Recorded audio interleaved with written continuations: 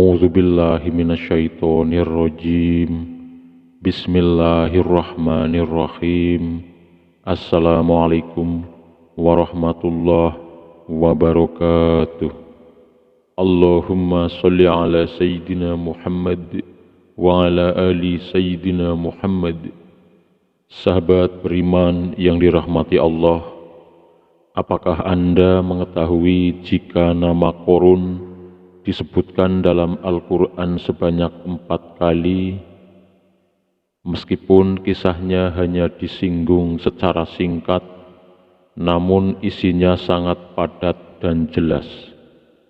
Al-Quran dengan gamblang menjelaskan bahwa Qarun pada awalnya adalah bagian dari kaum Nabi Musa alaihissalam yang kemudian berubah menjadi seorang pembangkang.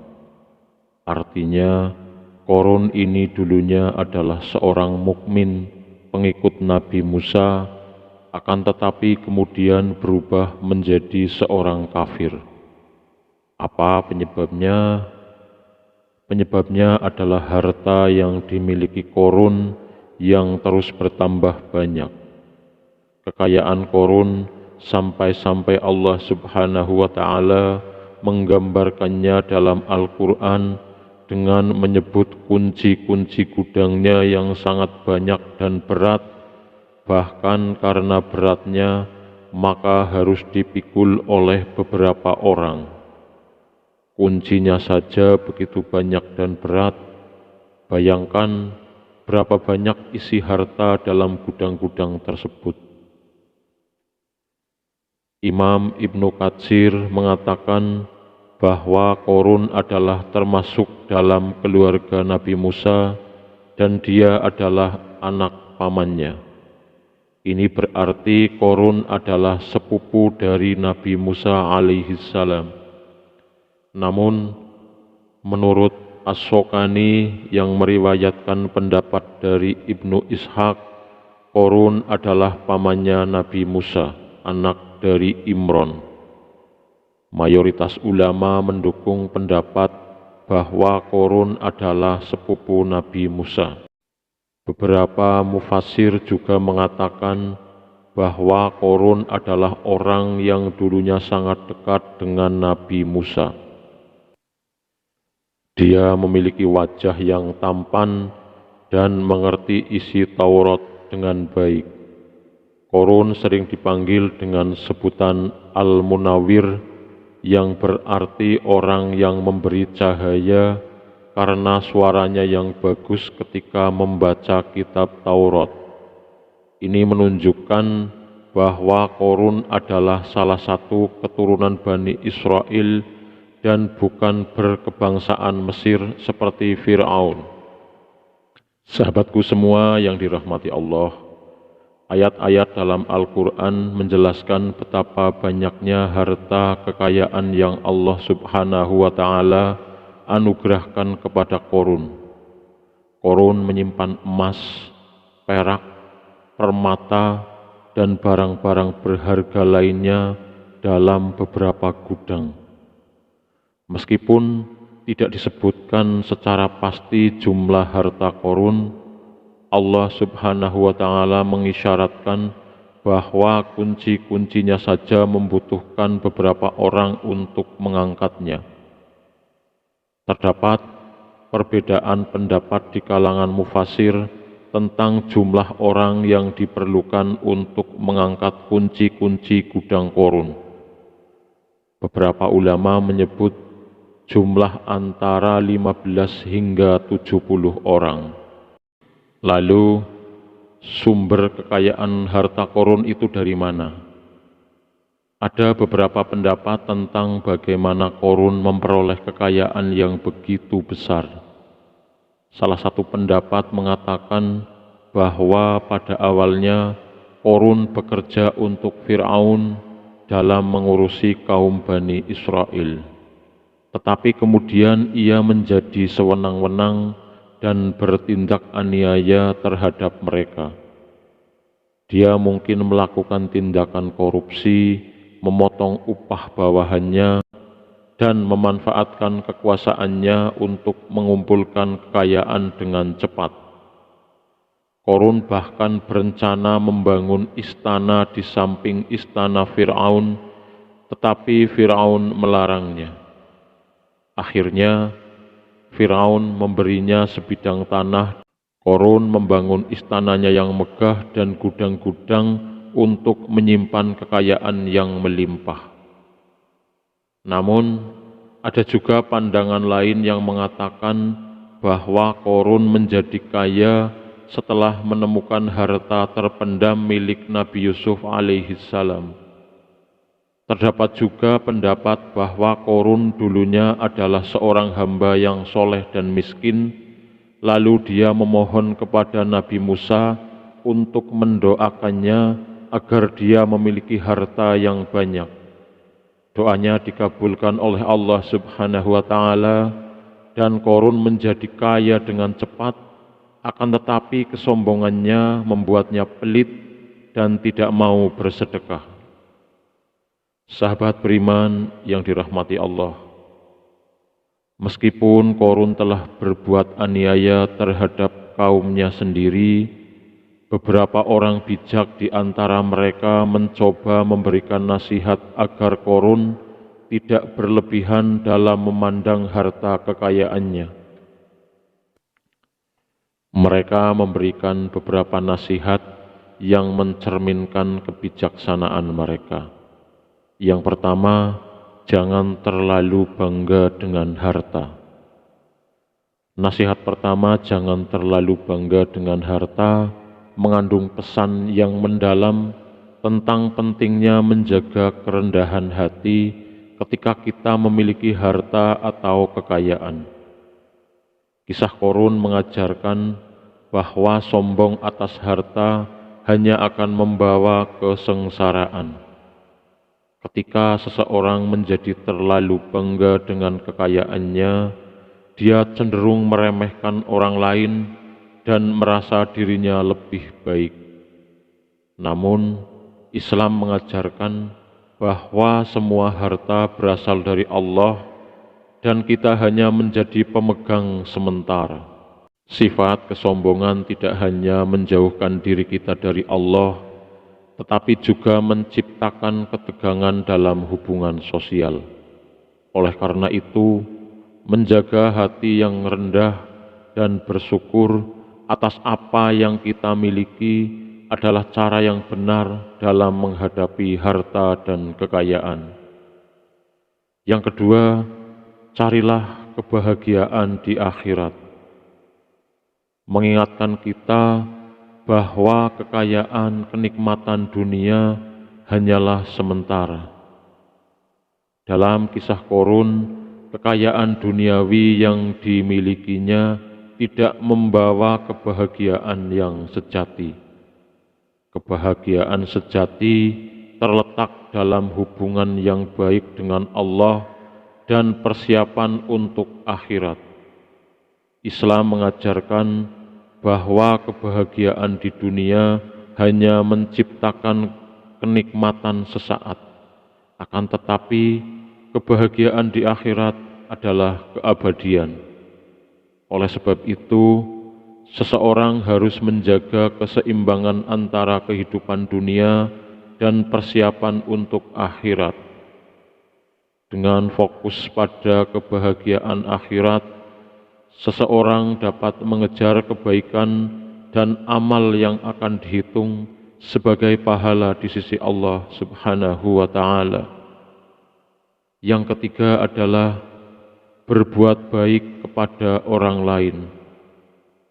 Nasihat berbuat baik kepada orang lain adalah panggilan untuk mempraktikkan nilai-nilai etika dan kemanusiaan yang tinggi.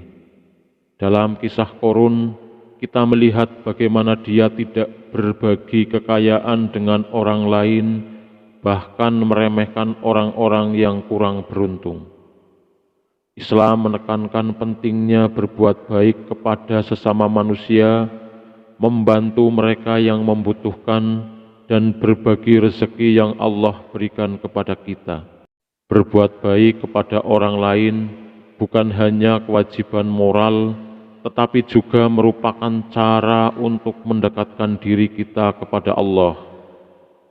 Rasulullah Shallallahu Alaihi Wasallam mengajarkan bahwa belas kasihan dan kasih sayang adalah nilai-nilai yang sangat penting dalam agama Islam. Oleh sebab itu, kita seharusnya selalu siap untuk memberikan pertolongan kepada mereka yang membutuhkan, menjalani sikap adil, dan berusaha menjadi panutan bagi kebaikan di masyarakat. Selanjutnya yang keempat, jangan berbuat kerusakan. Nasihat ini mengingatkan kita untuk tidak menyalahgunakan harta dan kekayaan yang kita miliki. Kisah Qorun menggambarkan bagaimana penyalahgunaan harta dan keserakahan dapat membawa kerusakan dalam masyarakat. Ketika seseorang menggunakan kekayaan tanpa kontrol, itu dapat menyebabkan ketidakadilan, perpecahan, dan kerusakan sosial.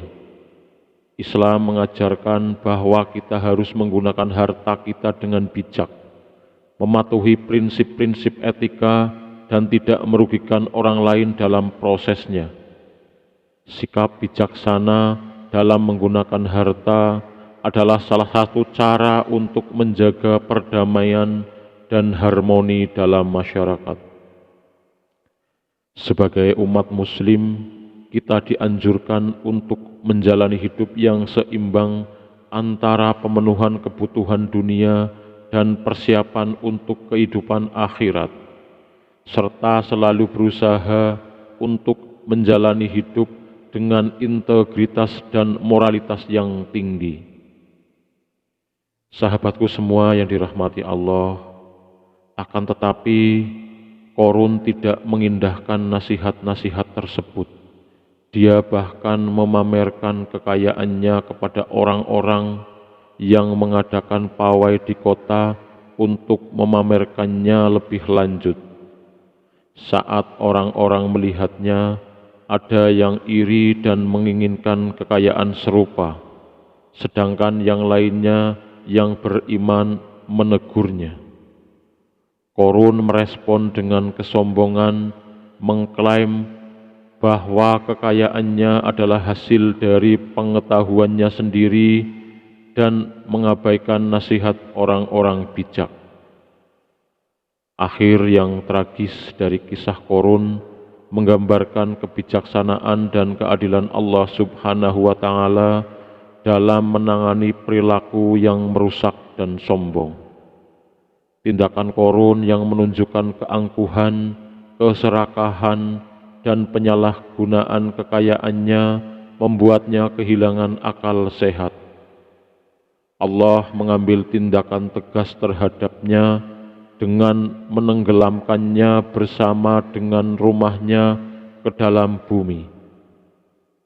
Ini adalah hukuman yang sangat berat, mengingat betapa besar kekayaan dan kekuasaan yang dimilikinya. Namun, hal ini menjadi pelajaran bagi kita bahwa Allah selalu melihat tindakan dan niat kita, dan Dia tidak akan membiarkan ketidakadilan dan kesombongan yang berlarut-larut.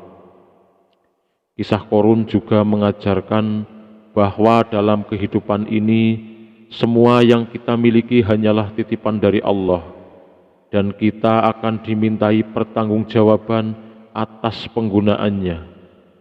Kekayaan dan harta benda adalah ujian bagi manusia, dan tindakan kita dalam menggunakannya akan menjadi dasar penilaian di akhirat.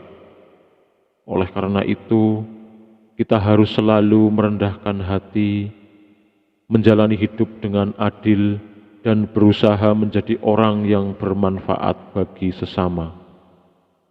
Hukuman tragis yang diterima Qorun menjadi pengingat bahwa sombong dan penyalahgunaan harta hanya akan membawa kehancuran, sementara kebaikan, belas kasihan, dan ketakwaan kepada Allah adalah jalan menuju kebahagiaan sejati dan keselamatan di akhirat.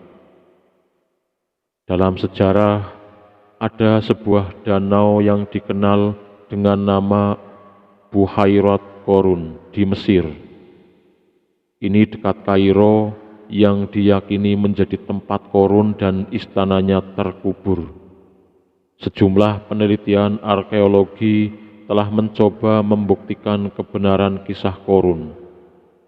Penelitian ini mendukung dugaan bahwa di lokasi ini pernah terjadi gempa bumi yang menenggelamkan Korun bersama harta kekayaannya seperti yang diceritakan dalam Al-Quran. Walaupun masih diperlukan penelitian lebih lanjut, bukti-bukti ini menunjukkan bahwa kisah Korun bukanlah sekedar cerita mitos, melainkan memiliki akar sejarah yang nyata. Kisah Korun adalah pelajaran berharga tentang bahaya kesombongan, kekikiran, dan penyalahgunaan harta. Kita diajarkan untuk selalu bersyukur atas segala yang kita miliki dan berbagi dengan yang membutuhkan. Kisah ini mengingatkan kita akan pentingnya mendekatkan diri kepada Allah dan mencari kebahagiaan di akhirat. Semoga kita dapat mengambil pelajaran berharga dari kisah Korun ini dan menghindari kesalahan yang pernah dilakukannya. Pentingnya kisah Korun terletak pada pesan moral yang terkandung di dalamnya. Kisah ini mengingatkan kita akan bahaya kesombongan, ketamakan, penyalahgunaan harta yang berlebihan. Kekayaan yang kita miliki adalah titipan dari Allah, dan kita bertanggung jawab atas cara kita menggunakannya. Kita harus selalu bersyukur atas nikmat tersebut dan bersedia berbagi dengan mereka yang kurang beruntung. Demikian yang dapat saya sampaikan. Saya mohon maaf apabila dalam menyampaikan ada salah kata. Saya akhiri. Assalamualaikum warahmatullahi wabarakatuh.